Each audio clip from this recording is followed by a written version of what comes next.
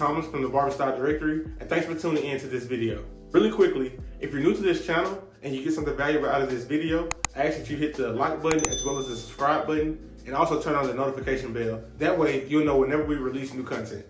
So today, I'm going to be showing you guys how to zero gap your clippers and trimmers. Now, before I get into how I do it, there are several methods out there, but for this video, I'm going to show you guys what works for me.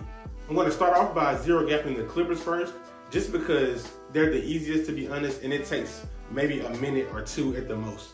Okay, so usually whenever you buy a pair of clippers and you get them fresh out of the box, with the lever fully closed, this is usually how the gap between the two blades will be. Now, when you're doing a bald fade, this, of course, will not get that bottom line out.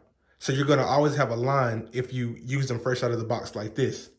But if you zero gap them, so see how big of a difference that is? Now, as you can see, there's still just the slightest gap in between the cutting blade and the steel blade. And that's on purpose because if these blades are directly parallel, you're going to cut someone's skin. So I set them back just a little bit, and I'm going to show you how I do that. So all you're going to do is, you don't even have to take this off.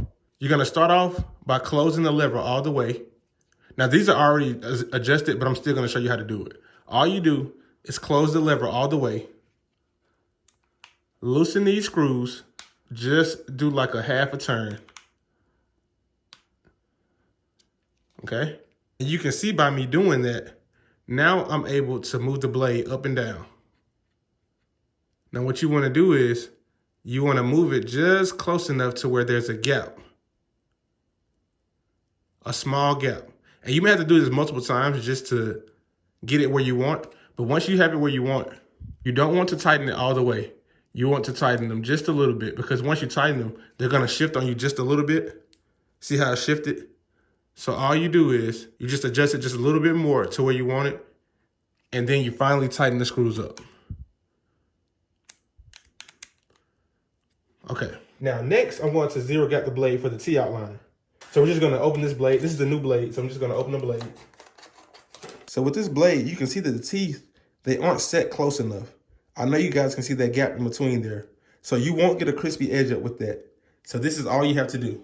Go to Amazon.com and get you one of these. This is the On The Money blade setter. This will literally help you set your blade the first time and get it right on the money. And no, this is not an endorsement. This is just what works for me. So this is how I set mine. All you want to do is take off the cutting blade. You want to take the steel blade, insert it into the wedge, and press down until you hear a snap. Make sure you hear a snap. If you don't hear a snap, it's not all the way in.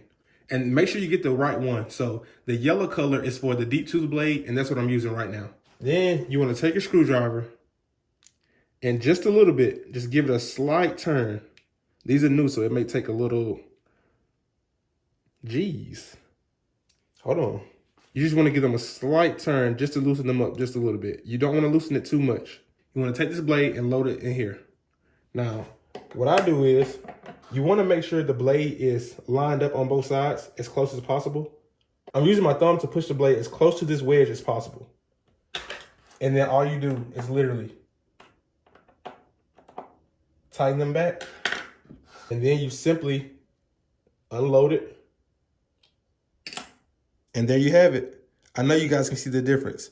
Now, it may not look like it, but it's a small gap in between the cutting blade and the steel blade, and that's all you need. And all you have to do after this is just screw the blade back onto the trimmer, and you're good to go. And one last tip, a good indicator to know if you have your blade set well enough, if you can do this and then not irritate your skin. So this is one of the most sensitive parts of the arm.